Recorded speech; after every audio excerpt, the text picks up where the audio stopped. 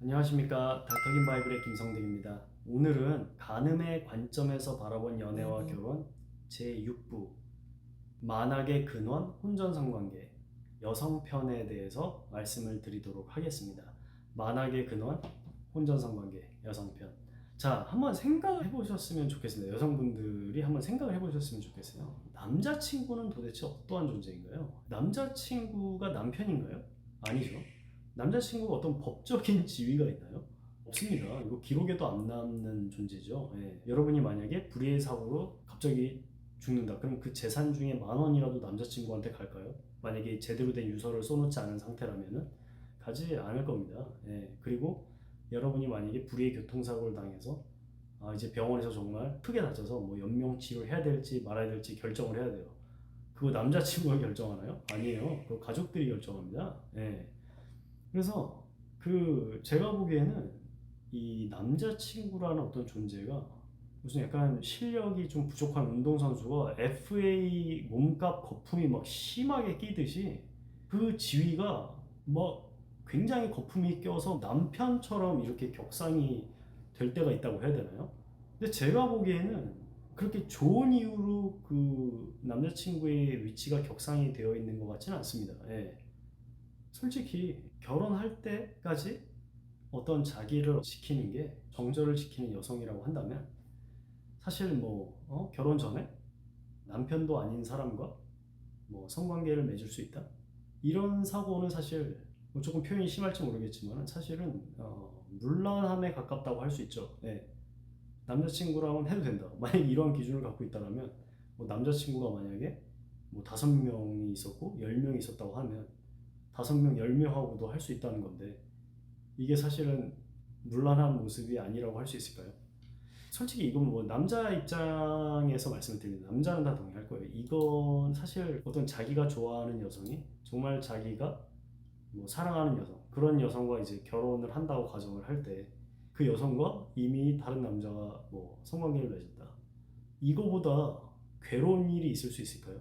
이거보다 견디기 어려운 일이 있을 수 있겠냐고요. 예, 그래서 사실 뭐 남자 입장에서는 모르는 게 약이죠. 예. 그래서 뭐 그런 거를 뭐 솔직히 좀 알고 싶어 하지도 않을 것 같고요. 제가 예전에 어떤 기사를 읽어봤습니다. 21살 어떤 외국 여성이 자기의 이제 첫 성관계 대상을 이제 찾는데 경매에 붙인 겁니다. 근데 무려 그게 30억 가까이 팔린 거예요. 네, 이거 다시 말씀드리지만 이거 잘못된 거죠. 성매매니까. 그런데 어쨌든 그 자기의 어떤 그 가치가 30억으로 이제 환산이 된 거죠. 네. 그 자기에게 어떤 그런 소중한 것을 자기에게 평생 헌신하기로 약속하는 또 그렇게 다짐하는 남편이 아니고 어떤 남편이 아닌 다른 사람에게 허락한다라는 것은 사실 잘못된 거죠. 네. 이건 솔직히 아무리 세상이 변했어도요. 그건 잘못된 거고요. 그리고 이거를 이해할 수 있는 남자는 없습니다. 네.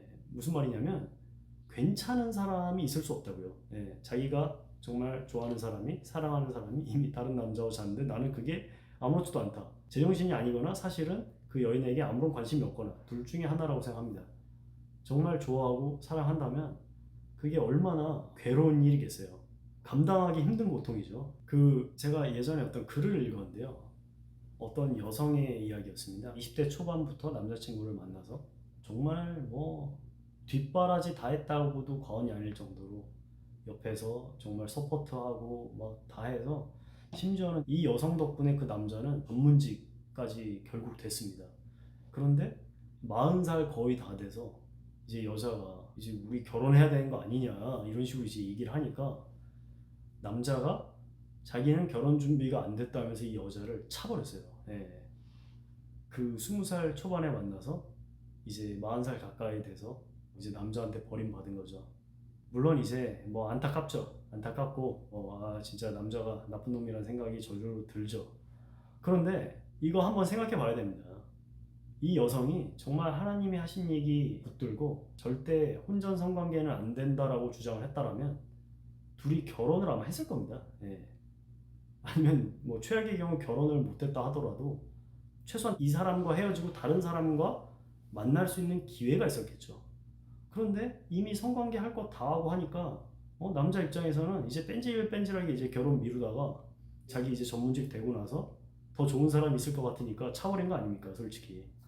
이런 일의 어떤 빌미를 이제 여성이 마련을 한 거죠. 누가 결혼도 하지 않은 남자랑 그렇게 자도 된다고 얘기했습니까? 최소한 하나님은 그런 얘기 하신 적이 없어요. 예, 여러분 이거 잊지 마시라고요.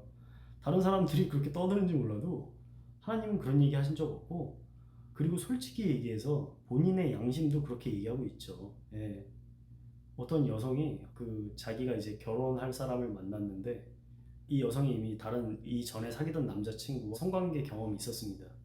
그런데 그 남자한테는 절대 얘기하지 말아야겠다라는 생각이 들더래요. 예. 누가 그런 얘기를 해주는 걸까요? 요즘에 사실 이런 얘기 하는 사람이 없잖아요. 예. 요즘에 다 그냥 뭐 멋대로 하라고 그러지. 예. 누가 결혼할 때까지 자기 몸을 지켜야 된다고 이렇게 얘기하는 거는 정말 소수 의견이잖아요. 그런데 결정적인 순간에 그 얘기가 들리더라는 겁니다. 왜 그러죠? 그 자기 양심이 소리치고 있는 거예요. 하나님께서 우리 양심에 그 정도는 새겨 놓으십니다. 예. 결혼하지 않은 사람과 성관계 맺는 것은 잘못된 거라는 것을 하나님께서 우리 마음판에 새겨 놓으신다고요. 그래서 뭐 양심이 뭐 완전 썩어버리지 않은 이상 그 양심의 소리가 들리는 거예요. 설령 성경을 안 읽어봤다 하더라도. 예. 그래서 그 여성 입장에서는요, 여러분 성관계를 허락하면 결혼할 확률이 줄어든다는 것을 잊지 마셔야 됩니다. 예. 그러니까 혼전 성관계는요, 결혼할 이유를 사라지게 만드는 거라고요. 원래 성관계 자체가 결혼을 해야만 할 수 있는 거예요. 예. 근데 지금 결혼을 안 했는데도 하고 있잖아요. 그러면은 결혼을 하면서까지 할 필요가 없어지는 거죠. 그래서 혼전 성관계를 이렇게 한다? 그러면은 일단 지금 현재 하고 있는 사람과 결혼할 확률이 줄어들죠. 왜냐하면 결혼할 이유가 하나 사라졌으니까. 중요한 이유가 하나 사라졌으니까. 그리고 이제 다음에 만나는 사람과도 결혼할 확률이 좀 더 줄어든다고 볼 수 있습니다. 왜냐? 그 과거에 성관계 경험이 있었던 여자를 좋아할 남자가 없으니까. 예. 물론 이제 그거를 극복을 하고 뭐 결혼을 할 수는 있겠죠. 고통을 인내하면서 그럴 수 있겠죠. 그리고 아니면 뭐 몰라서 결혼하든가. 예.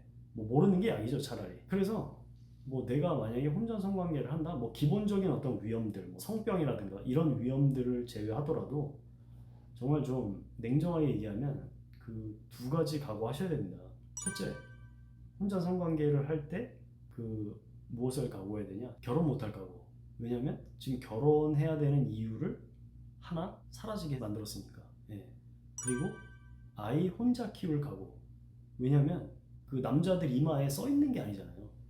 나는 아이를 낳아도 도망갈 사람입니다. 이렇게 써 있는 게 아니잖아요. 예. 그러니까 알 수가 없죠. 그렇게 아기를 낳기 전까지는. 미국만 해도 미혼모 숫자만 수백만 명이 된다고 하니까 무슨 남자들이 다 도망간 거예요 지금. 예. 무슨 자기네들이 휴거된 것도 아닌데 다 사라져 버렸어요 남자들이. 성관계만 하고.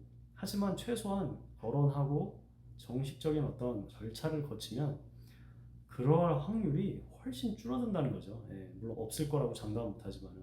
그래서 어떤 혼전 성관계라는 거는 물론 이제 그거 자체가 가능이라는 거는 부인할 수 없고요. 그거 외에도 따라오는 어떤 그 결과가 굉장히 불행한 결과를 초래할 수 있다. 예.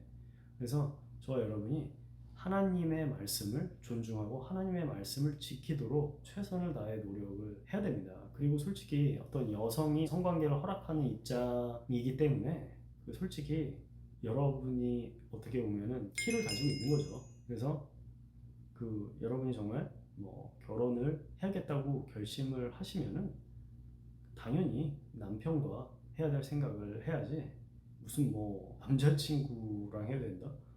이거는 저는 그 남자친구라는 존재는 그 프리메드와 같다고 생각합니다. 그 미국에서 의대 대학원입니다. 보통 이제 학부로 가는 게 아니고 의대 대학원으로 가요. 그래서 의대 대학원을 가기 위해서 기본적으로 요구하는 몇 가지 과목들이 있습니다. 뭐 생물, 화학 1년, 뭐 물리 1년 이 정도 뭐. 그래서 이제 기본적인 것들만 좀 맞추면 이제 의대를 지원할 자격이 생겨요. 의대 대학원을 지원할 자격이 생기는데 이제 그런 의대 대학원 준비를 하는 그 모든 학부생들을 총칭해서 프리메드라고 합니다. 예.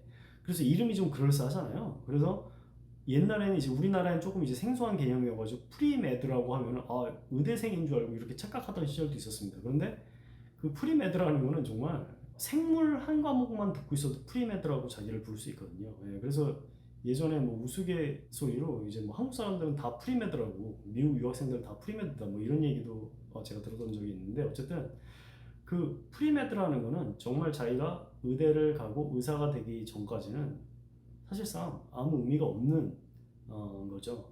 저는 남자친구도 그렇다고 생각합니다. 정말 자기와 결혼을 하게 되지 않는다면 그 존재는 사실 아무것도 아니죠. 예. 그래서 정말 뭐 남자친구가 뭐 남편이다. 그러면은 결혼을 하시면 되죠. 예, 부부관계가 성립이 된 다음에 성관계는 하면 되는 거죠.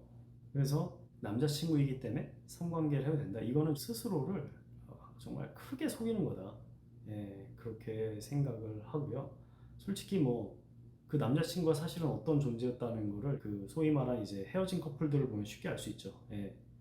뭐 솔직히 말해서 뭐 원수가 돼 있거나 이런 경우도 흔하죠. 그리고 어떤 사람들은 시간 낭비라고 합니다. 예. 그 과거에 사귀었던 그 사람과의 모든 게 뭐 좋다 싫다도 아니고 그냥 시간 낭비였을 뿐이다. 그리고 또 어떤 사람들은 아무런 관심이 없어요. 예. 뭐 죽었는지 살았는지도 관심이 없습니다. 더 이상.